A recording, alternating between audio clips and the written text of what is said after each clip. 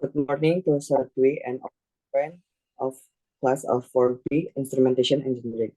So today we will explanation about entitled is TCP, UDP, encapsulation, data multiplexing, and demultiplexing. Before we more explanation deeper of our presentation, I will introduce myself. My name is Nicholas Martin and my TRILAS number is 002. And also And I'm Kinan for the simply name. Then I have 024 for the latest number. okay, today I will ask you what is TCP and UDP?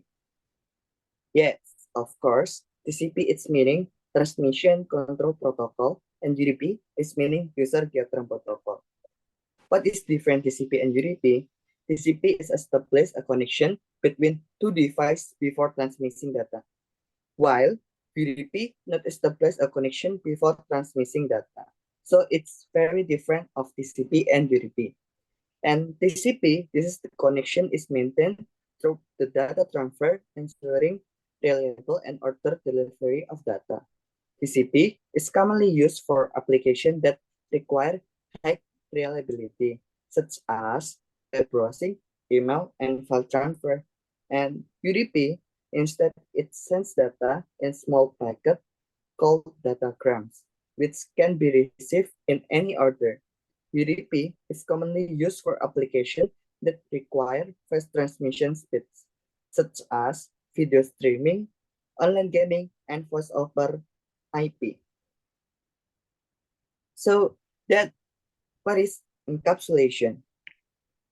Encapsulation is process in computer science where data is wrapped inside a protective layer of code, making it inaccessible from outside the layer. This process is used to secure data, protect it from unauthorized access, and ensure that it's only accessible to authorized user of program. By encapsulation data, it becomes easier to manage and maintain the code as change the implementation of an object can be made without affecting the rest of the system. So also, how about the multiplexing and demultiplexing? I will more deeper about the explanation. What is different multiplexing and demultiplexing? The key of point difference multiplexing and demultiplexing is mean the process used in communication system. Multiplexing is the combine multiple data stream into a single stream, while demultiplexing is the spread them back into their original stream. And we can see on the box and the live box, it's mean the multiplexing. Can be seen as the process of combining data from different layer or dimension, such as work and friendship layer, into a single network representation. And moreover of that, and the right box, it's mean the multiplexing. This is the process writing the combined data stream back into its original stream. And on the next presentation, and my friend is Kinan, we will explanation to the next slide. Okay, Kinan, time is yours. Okay, thank you, Nico. So, for the next agenda in the presentation, I'm gonna discuss an issue that has been packaged in a journal. In the journal name of Missing Data in Multiplex Network, a preliminary study, we will analyze what the problem is, what the research gap, and what the solution offer, till advantage and disadvantage. As you can see, from the background of the problem we have, it can be mentioned that missing data is an important factor to consider when analyzing social network data. These issues highlight the need to increase awareness and address fundamental issues related to data loss in this context.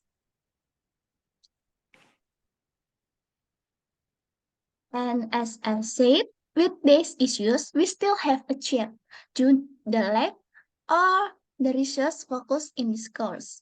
And what solutions are offered?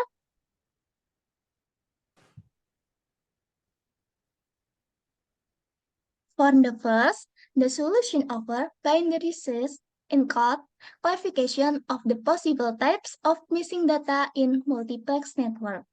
And then second, characterization of how major single and multiplex network properties are distorted by different types and level of missing data. Simulation studies on synthetic and real data to evaluate the impact of missingness in multiplex networks.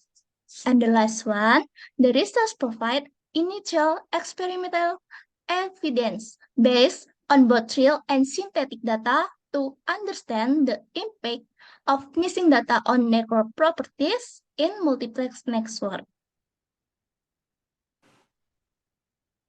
After analyzing the journal, we found some advantage and disadvantage. For the advantage, such as 1. There are multiple datasets to support data accuracy. And then second, there is a generalized formal representation in the form of a formula. And the last one, there is an explanation of the type of region of nation that is commonly used. And for the disadvantage, such as is not explain about the variable that are included in the formulation. And it's not explain how to get the percentage graphic of data loss. So that's all our presentation. If you have any question, please put them in the comment section. Thank you.